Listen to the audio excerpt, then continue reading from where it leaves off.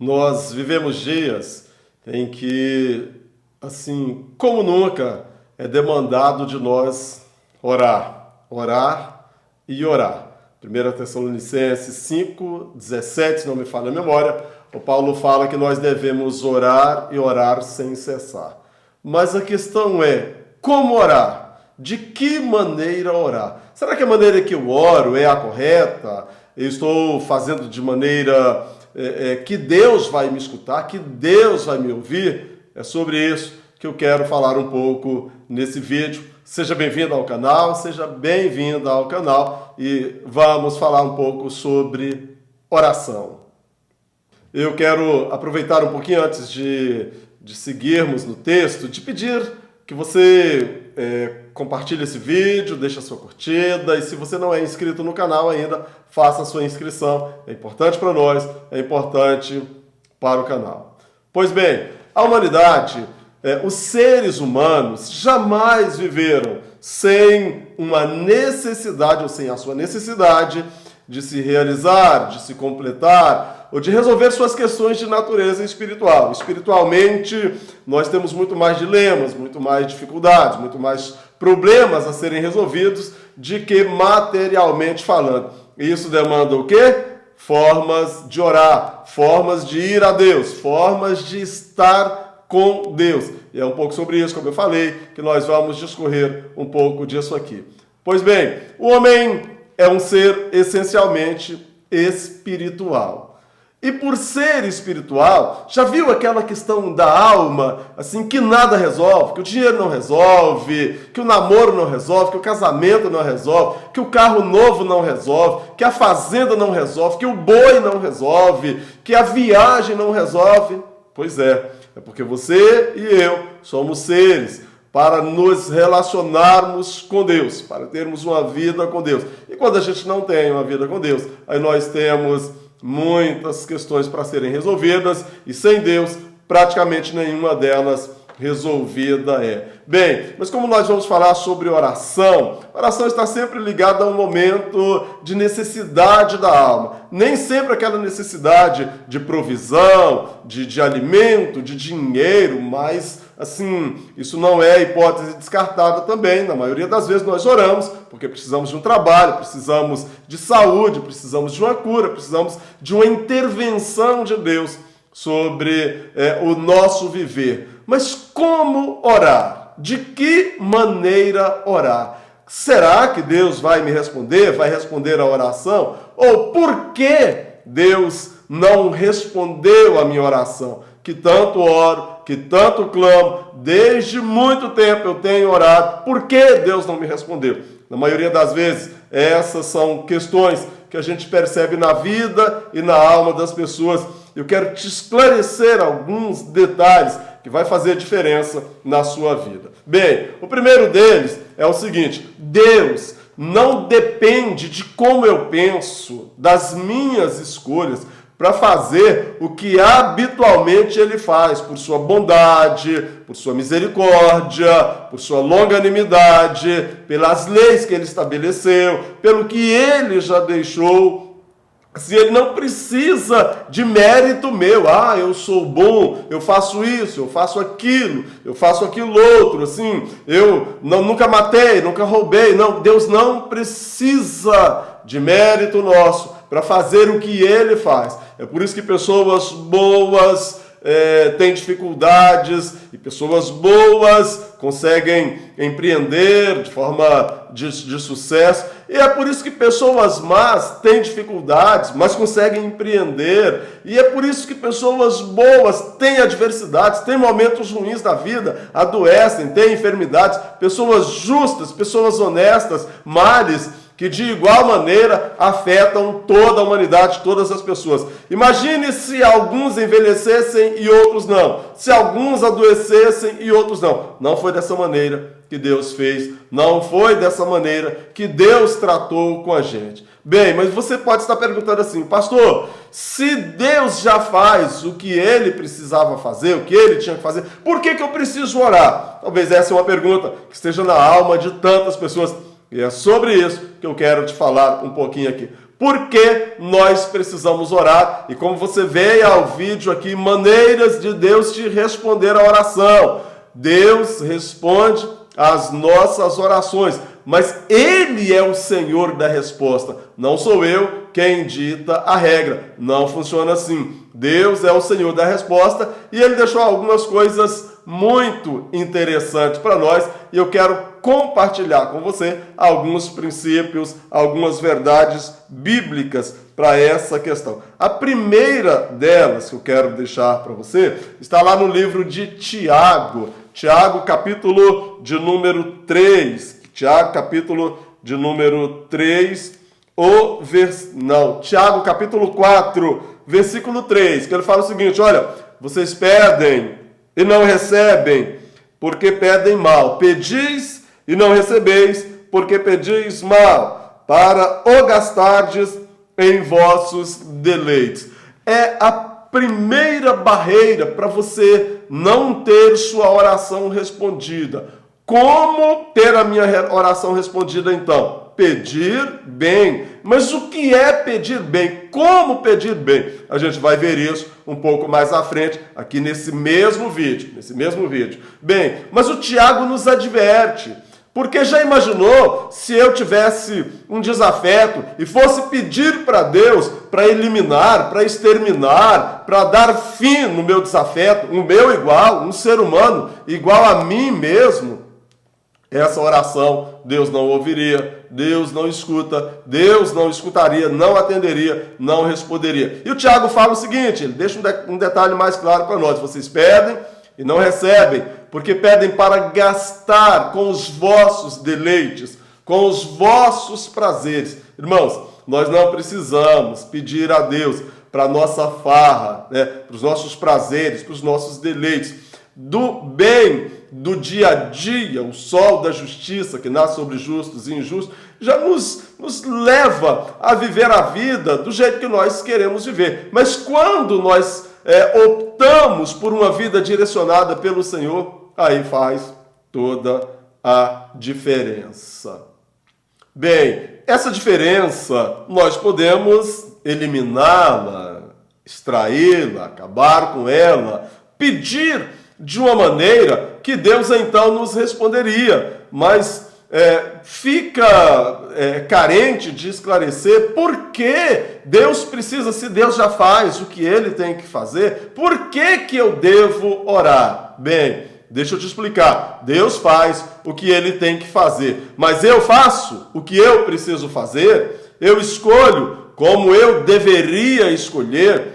E sobre isso, eu quero deixar uma referência bíblica para você, que está no Evangelho segundo João, Evangelho de Jesus segundo João, capítulo de número 15, o versículo de número 7. E o texto bíblico diz o seguinte, se vós estiverdes em mim, e as minhas palavras estiverem em vós, pedireis tudo o que quiserdes, e vos será feito. Olha que coisa interessante que Jesus fala. Eu perguntei, eu disse, na verdade, nós consideramos aqui, se Deus já faz o que Ele precisa fazer, o que Ele se propôs a fazer, por que eu preciso orar? Por que eu devo orar? Porque será que eu faço o que eu tenho que fazer? Deus faz o que Ele tem que fazer, mas e eu faço o que eu tenho que fazer? E aí Jesus coloca esse parâmetro,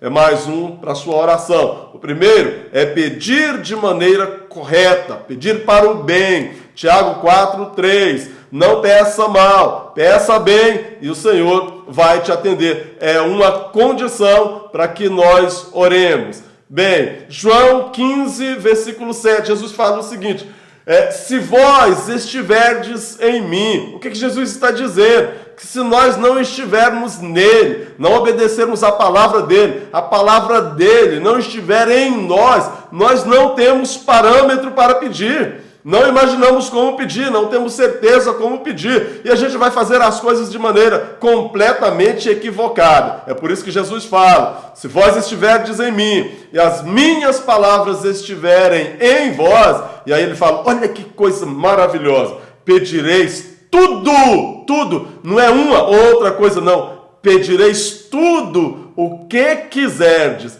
e vos será feito. Você já imaginou isso? Assim, você tem uma dor, tem uma doença, tem uma inquietação, tem uma preocupação com o filho, com a filha, com o trabalho, com a sua própria saúde. E Jesus fala assim: vocês pedirão tudo o que quiserdes e vos será feito. Qual que é a condição? Estar nele e as palavras dele em nós. Se vós estiverdes em mim e as minhas palavras estiverem em vós, pedireis tudo o que quiserdes e vos será feito. Você pode orar. E por que você deve orar? Porque nós precisamos nos relacionar com Deus. Deus já faz o que ele precisa fazer, mas nós nem sempre fazemos o que precisa ser feito e muito menos como deve ser feito. Como não deve ser feito? Tiago 4:3. Como deve ser feito? O que Jesus colocou para nós em João, capítulo de número 15,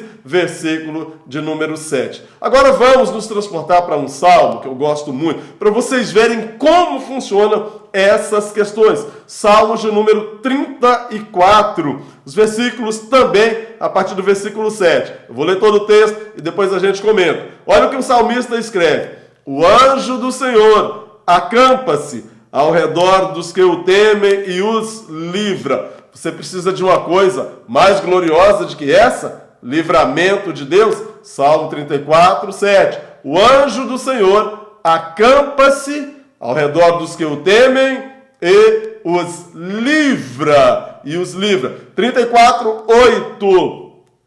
Provai e vede que o Senhor é bom. Bem-aventurado o homem que nele confia. Provai e vede que o Senhor é bom. Bem-aventurado o homem que nele confia. Versículo 9. Temei ao Senhor, vós, os seus santos, pois não, irmãos, é o que nós queremos. O final de João 15, 7. Pois não tem falta alguma aqueles que o temem. Temei ao Senhor, vós, os seus santos, pois não tem falta alguma aqueles que o temem.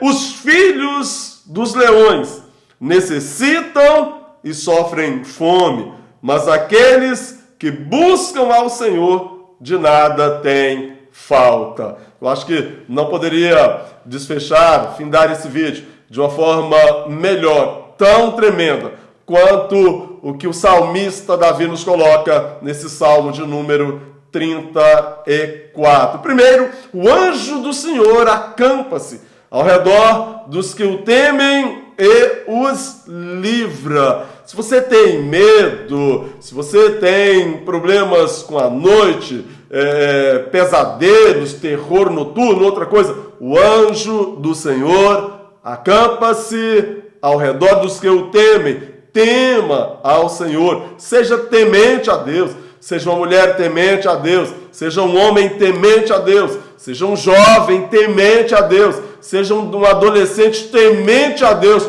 porque o anjo do Senhor estará acampado ao seu redor para te livrar, para cuidar de você. E aí você vai dobrar o seu joelho ao lado da sua cama, no seu quarto, na igreja, no banco, na sala, onde você estiver, orar, no banheiro, no local da empresa, e o anjo do Senhor te livrará. É promessa de Deus. Vamos lá, mais algumas conclusões ainda desse salmo aqui. Provai e vede. O salmista nos chama a provar, a experimentar, a dizer assim: Deus, é verdade, vai acontecer. Ele fala: façam prova de Deus e vede que o Senhor é bom. Versículo 9. Temam ao Senhor os santos, pois os que temem ao Senhor de nada têm falta.